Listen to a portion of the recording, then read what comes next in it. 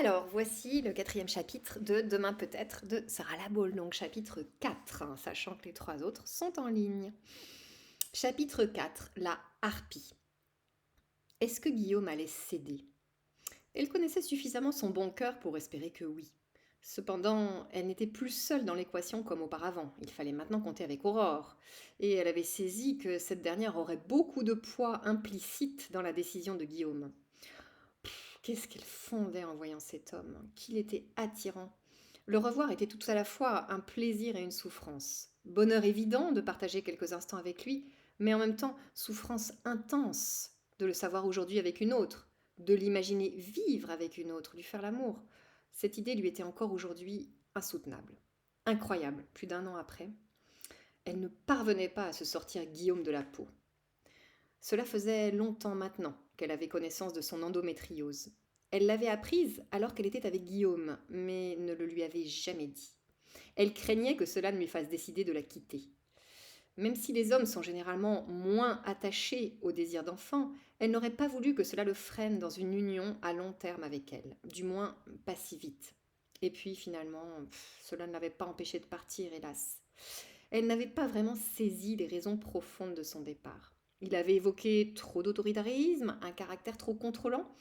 C'est vrai, elle était autoritaire et très exigeante même.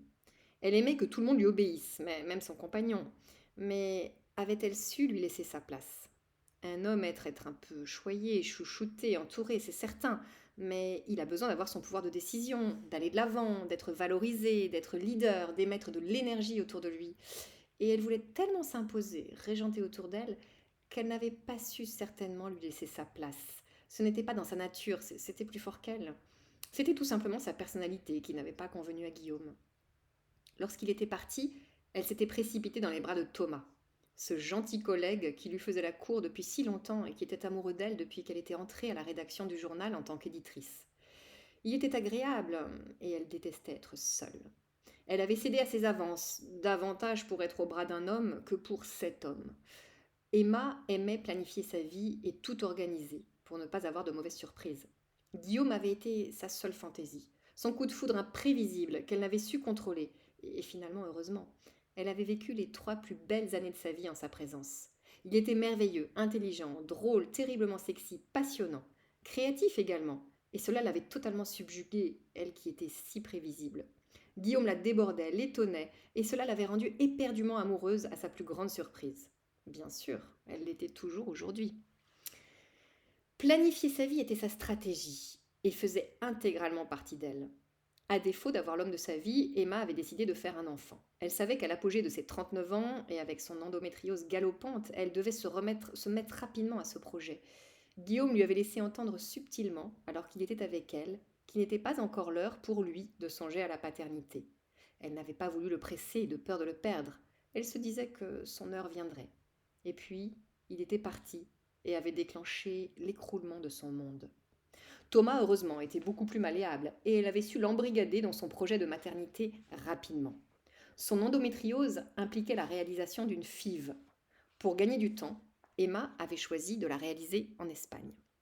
Son rendez-vous était programmé au mois prochain et le couple avait déjà organisé son voyage.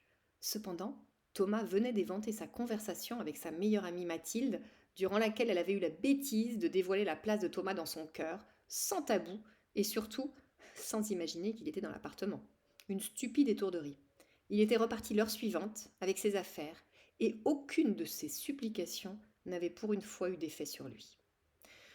Thomas avait effectué un passage rapide dans sa vie, un passage gris, maussade, sans passion. C'était presque bien qu'il disparaisse, si ce n'était pour son bébé. Comment faire? Ses rendez-vous étaient pris à la clinique de Madrid et elle n'avait plus le temps d'en perdre, justement. Il était impensable de les annuler. Et elle ne voulait pas bénéficier d'un donneur de sperme anonyme.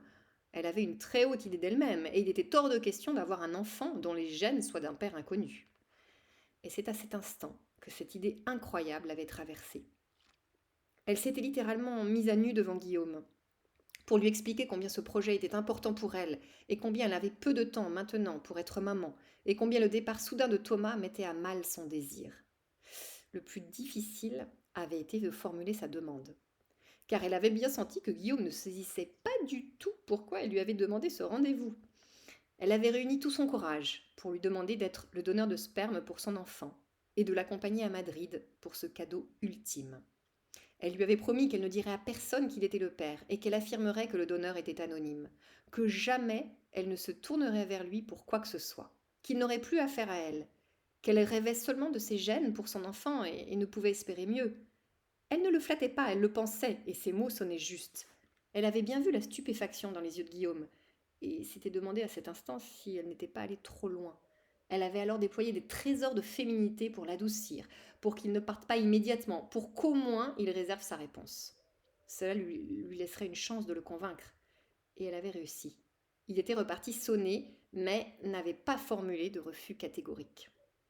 De toute façon, s'il refusait, elle avait un plan infaillible pour le faire céder. Et cette carte-là, elle ne l'avait pas encore dévoilée. Quand elle la lui révélerait, si elle y était contrainte, il serait certainement fou de rage, mais ne pourrait qu'accepter. Et c'est la fin du chapitre 4.